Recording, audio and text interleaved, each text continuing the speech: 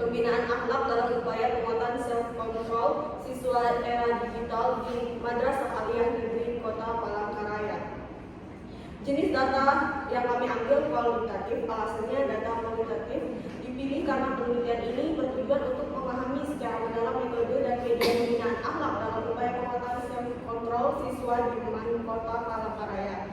Data kualitatif memungkinkan penelitian untuk menggali pengalaman persepsi dan makna dari subjek penelitian secara mendalam yang tidak dapat diukur atau dijelaskan hanya dengan angka-angka.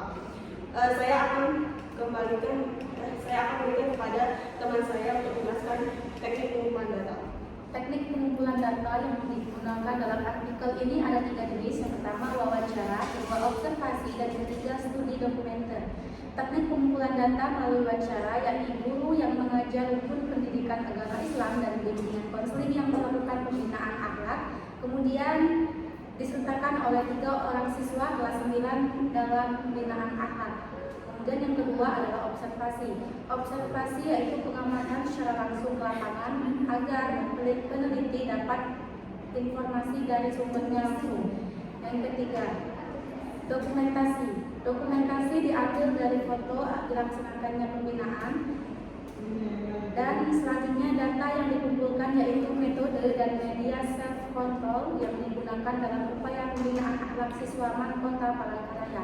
Baik, selanjutnya akan dijelaskan oleh Sylvie Atifah mengenai sumber data. Di sini saya akan menjelaskan sumber data. Di sini kami menggunakan sumber data yaitu guru. Ada 2 data yaitu data primer, guru agama Islam, guru bimbingan konseling siswa kelas 9 yang bermasalah dan menjadi perhatian guru dan wakamat. Pemilihan siswa dilakukan dengan proportif sampling berdasarkan kriteria tertentu. Yang kedua, data sekunder yaitu buku-buku, dokumen, artikel terdahulu dan jurnal ilmiah. Selanjutnya akan dijelaskan oleh teman saya. Baiklah, yang kelima itu instrumen penelitian. Yang pertama itu panduan wawancara, meliputi deskripsi. Panduan wawancara ini digunakan sebagai acuan dalam melakukan wawancara dengan guru agama Islam, guru bimbingan konseling, dan siswa kelas 11. Panduan ini berisi daftar pertanyaan terbuka yang dirancang untuk menggali informasi mendalam tentang yang pertama itu metode pembinaan akhlak yang diterapkan di sekolah. Yang kedua yaitu media yang digunakan dalam pembinaan akhlak. Yang ketiga yaitu perspektif guru dan siswa mengenai efektivitas metode dan media tersebut dalam penguatan self-control siswa. Yang keempat yaitu kendala-kendala yang dihadapi dalam upaya pembinaan akhlak dan penguatan self-control siswa.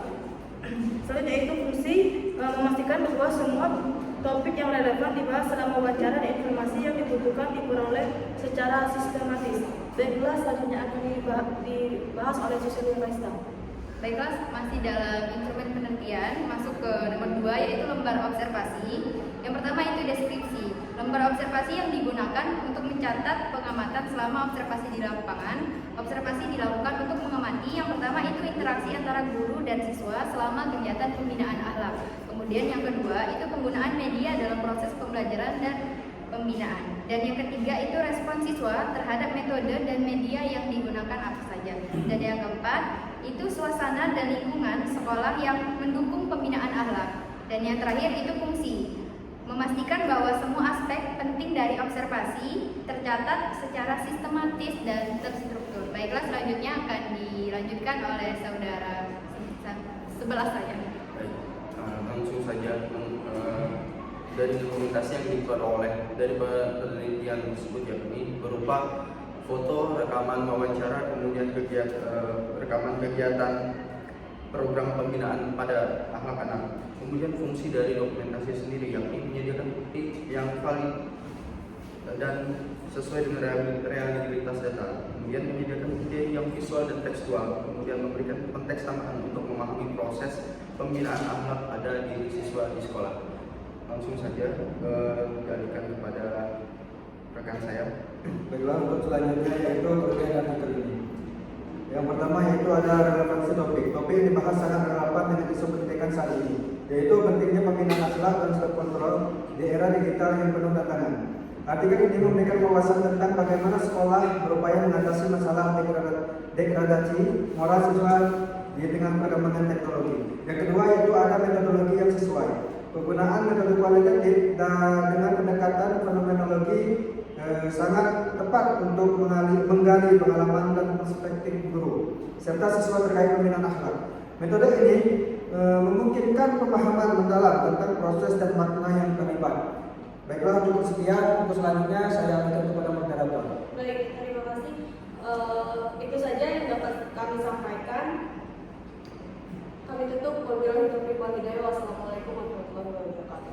Waalaikumsalam warahmatullahi wabarakatuh.